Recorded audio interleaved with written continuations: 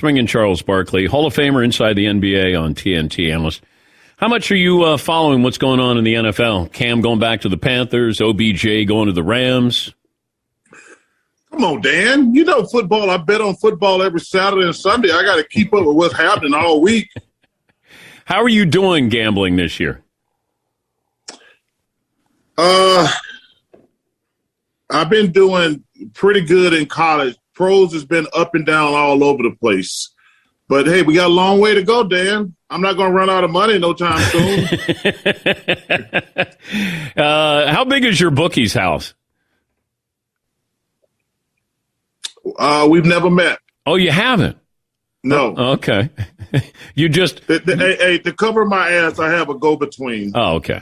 All right. Yeah. Just in case they get him. I don't know how big his house is, but... Hey, listen, I told you that's the same thing. I've never done an email. I've never done any social media.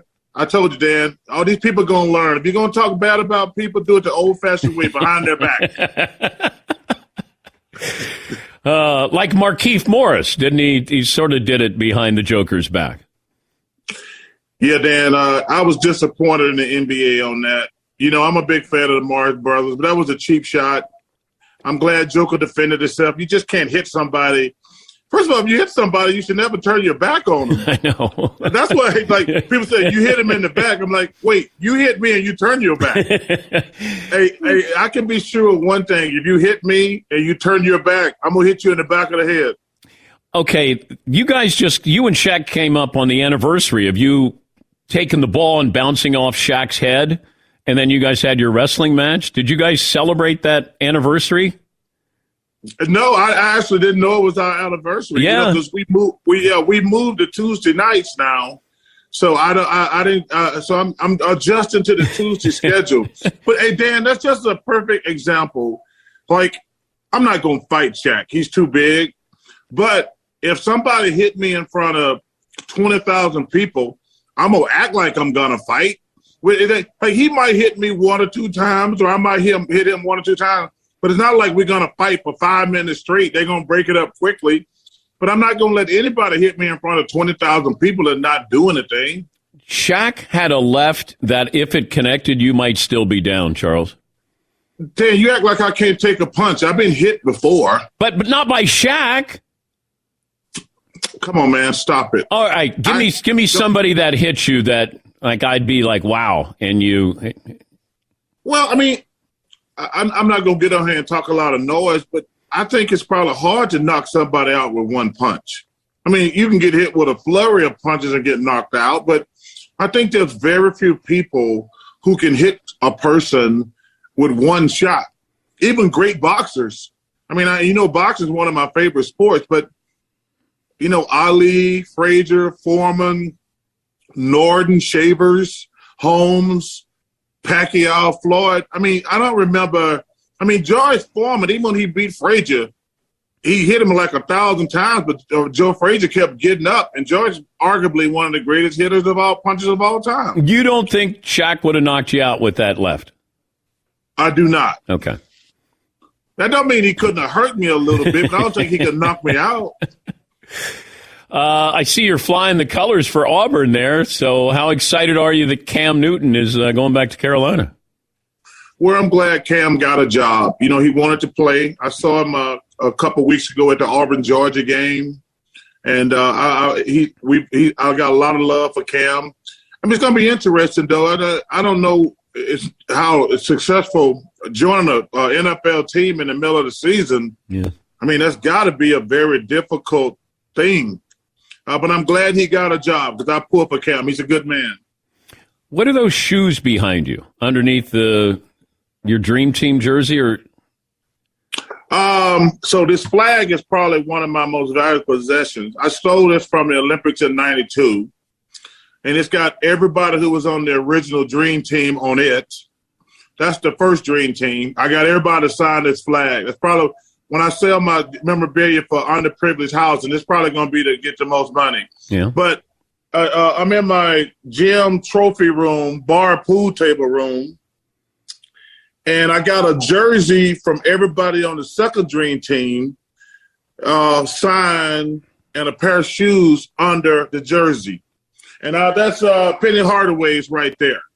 I got Karl Malone, Scottie Pippen, John Stockton, Olajuwon, Peyton, Mitch Richmond, Grant Hill, Reggie Miller.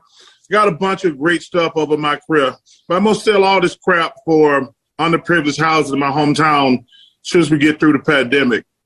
Help me understand what's going through Scottie Pippen's mind right now. Ooh. You need Dr. Phil. You need everybody. You know, I feel bad because it seems like he's just trying to go big game hunting because he's selling a book. I'm never going to tell another person what to say. We got to all have our own opinion. But this seems like he's got a book coming out because the book, when you write a book, in my opinion, it should be your personal thoughts about everything about you letting the world know what you think. But it just seems like to me, when you go after Phil Jackson, Michael Jordan, he came after me a little bit, you're just going big game hunting because you know it's going to get some clicks. And I've always liked Scottie. I thought he was a very good player. But like I say, it just seems like I've just got to go big game hunting because if I talk bad about big time people, it's going to get clicks and I'm going to sell some books. I feel bad for him because it felt like nobody really asked him his opinion when he played. I remember being around the Bulls, the NBA Finals, and it felt like it was Mike, it was Phil, it was Rodman, it was everybody but Scottie, and here's Scottie, one of the great players of all time. And I think he just wants to kind of set the record straight. I think he really got hurt with The Last Dance. He probably tuned in with his family saying, hey, Mike's going to be saying some nice things about me, and then next thing you know, Mike's roasting Scottie there. Well, Dan, even myself, when people talk about me, they get to bring up stupid stuff I did.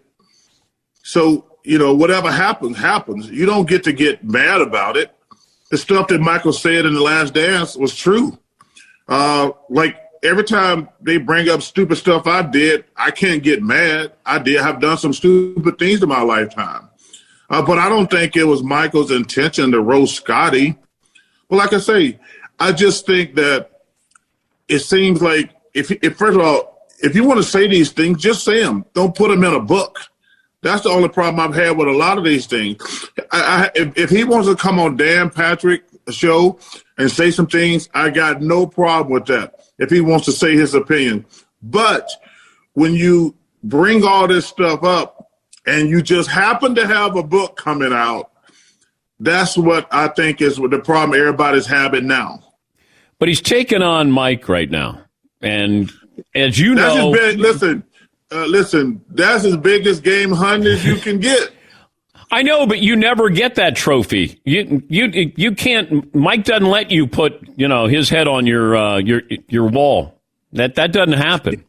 I know, but like I say, Scottie's just trying to sell books. Yeah. I don't think he's worried about relationships down the line, friendships down the line. I think he's just trying to sell books. We're talking to Charles Barkley, of course, Hall of Famer, NBA on TNT. I mentioned this stat. 57 different players have scored at least 30 points in a game so far this season. What do you make of that? It's not fun for me to watch the game, to be honest with you, because it's just a three-point shooting contest. And there's times I'm watching the game, I'm like, you got a wide open lane advantage because they're playing the three, take the ball to the basket. And my biggest problem is we got guys shooting threes now who can't shoot. And like I say, I'm not the old get off my lawn guy. Listen, I tell you, listen, I love basketball. Basketball has given me everything in my life. But now it's like after a game where we didn't make enough threes. I'm like, well, if you wasn't making threes, you could have took the ball to the basket. So it's very interesting to watch. But, man, it's just a three-point shooting contest now. Trying to figure out, and I want to be fair to the Lakers and wait till after Christmas before I have a good sense of what this team is going to play like. But it feels like, Russ is trying. He's trying too hard, it feels like. What do you make of the Lakers so far, first month of the season? Well, I think it's interesting. They blame everything on Russ. You know, they lost to Oklahoma City twice. They had a 25-point lead in both games. And I'm watching all these fools, idiots, and jackasses on TV the next day blame Russ. I'm like, yeah, they had a 25-point lead. Russ didn't do it all by himself. Now, Russ does have to take better care of the ball. But as I said from the beginning, with all those old geezers out there, LeBron's starting to break down.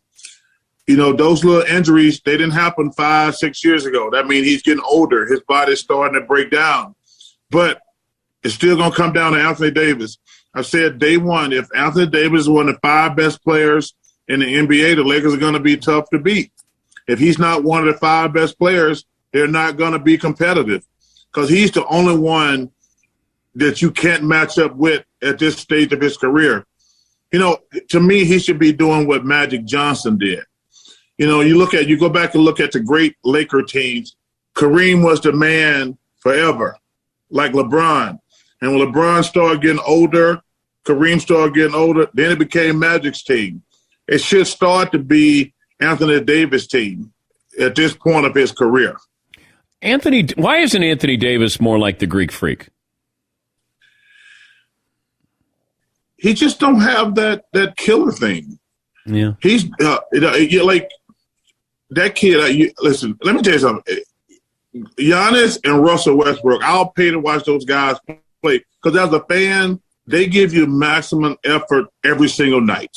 Whether you like Russ or not, you got to admire his ability. Like, I'm going to give you everything I got. I might make some mistakes. I might miss some shots.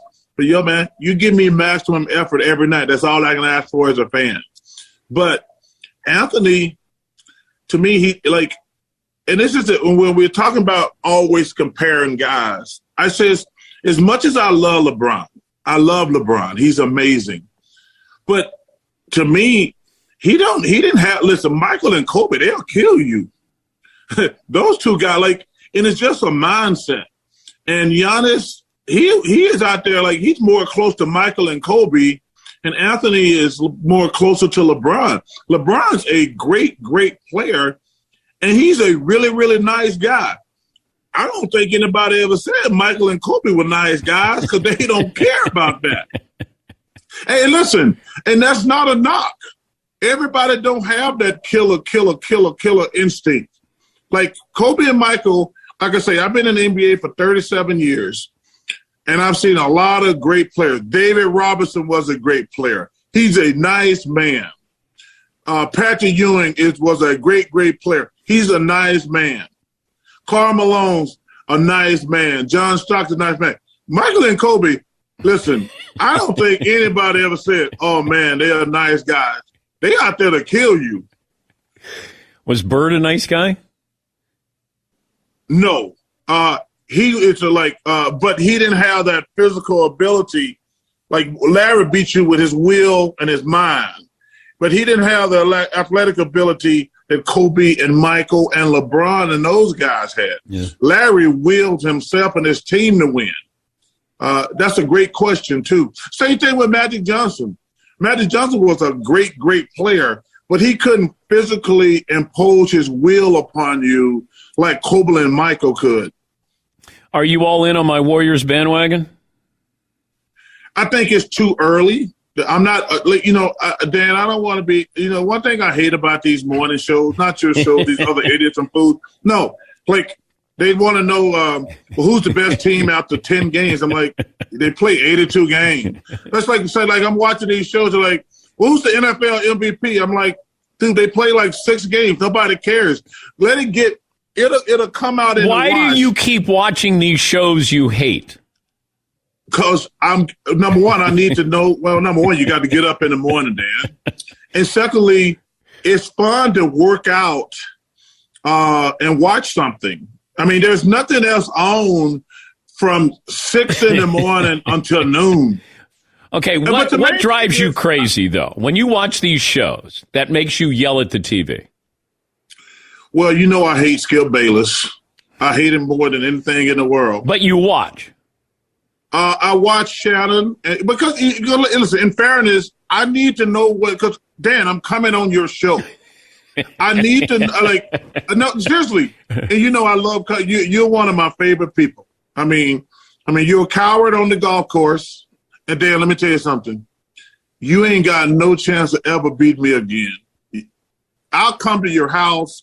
I'll come wherever you're at. You ain't never going to beat me in golf again. And I say it never, ever. If we had played for money all these years, you wouldn't have any money. No. So I gave you you're a charity case. Hey, come on. Dan, I have been through when I was a really good player. I was the worst player in the world, but I'm back now, brother. I'm back now with a vengeance. Okay, but I don't like this front runner attitude here because, that's no. I'm not going to let you get away with that. Hey, when I was crappy on the golf course, y'all trashed me for 30 years. Yes, you did. I tried to help you. No. Hey, listen. I told you not to play. I told you not to play. I tried to help you. What else are old fat people going to do? What else are old fat people going to do? Okay, what does Shaq do? Make commercials? He makes money. He makes money. Man, hey, listen, I'm an old fat dude. I just want to play golf and fish every day. I love relaxing, doing nothing, but I got my superpowers back. I'll play anybody, anytime, anywhere. What's your handicap here, Tiger? I'm a 10. I'm back to a 10 now. I'd like to see the index card. I'd like to see your card there. I'm back to a 10, Dan. Yeah, I'm just telling you. I don't trust you. I don't trust you. Dan, what are you going to do the show from my house? We've been saying that for 30 years. But aren't you in Philadelphia? No, I'm in Arizona. Oh, okay. Dan, I don't do cold weather, brother. I still. Hey, I've never let cameras in my house. That's my private sanctuary. But when they had the Super Bowl out here a few years ago, we talked about doing it in my backyard. I know. Yeah, we can do. I'll tell you what. We'll set it up on my tennis court. I'll bring all the refreshments. We'll get drunk as hell and do great TV. What do you have? 3-bedroom, 2-bath? Is that what you got there? 5 bedrooms, 5 baths. Guest house, tennis court, driving range, swimming pool. Dan, I got a lot of money. I ain't going to just drive. I need to spend it. Hey, I don't want to leave it for my free. Super Bowl's in Arizona next year. Come on, we can do one of the shows. Dan, I'm not leaving all this money for my freeloading ass family. Hey, if I could go to Vegas one last trip before I kill over, lose some money, then burn the rest, I'd be the happiest person in the world. Can I be a pallbearer? Oh, I'm not. I don't do funerals. I told them to burn my fat ass up and put me in Leeds, Alabama, in the lake. Dan, I'm gonna get cremated. Funerals suck. I'm gonna get cremated, and I want my ashes spread over Leeds, Alabama. I don't want to hear no crying. I don't want anybody. First of all, I don't want people up there telling stories. I don't want that. I just say, listen, I've had a great run. Just play, burn my fat ass up. But listen. I've always wanted to be skinny. Put me in the. Hey. Seriously, put my ashes in. There's a lake in my hometown called Lake Purdy. I want my ashes spread in Lake Purdy, and everybody go out and have a celebration. But you don't want to have a wake. We're not allowed to, Hell no. Oh, come on. Dan, nobody want to sit around and look at somebody who's dead. I'm not trying to be morbid or ever. I don't believe in that crap. And don't put me in the ground somewhere. I'm not going to go visit people. I never get that. They're not in the ground, folks. Don't go visit cemeteries. I think that's crazy. What if we stuff you? Could we do something like that? No, dude. Just throw me in that oven. You put it on there and just spread the ashes, man. Put me down. Hey, Dan, I'm good with that. Great to talk to you. Always, man. Hey, you guys have a great weekend. And thanks for having me, Dan. All right, buddy. Great to talk to you again. That's Charles Barkley, Hall of Famer, inside the NBA on TNT.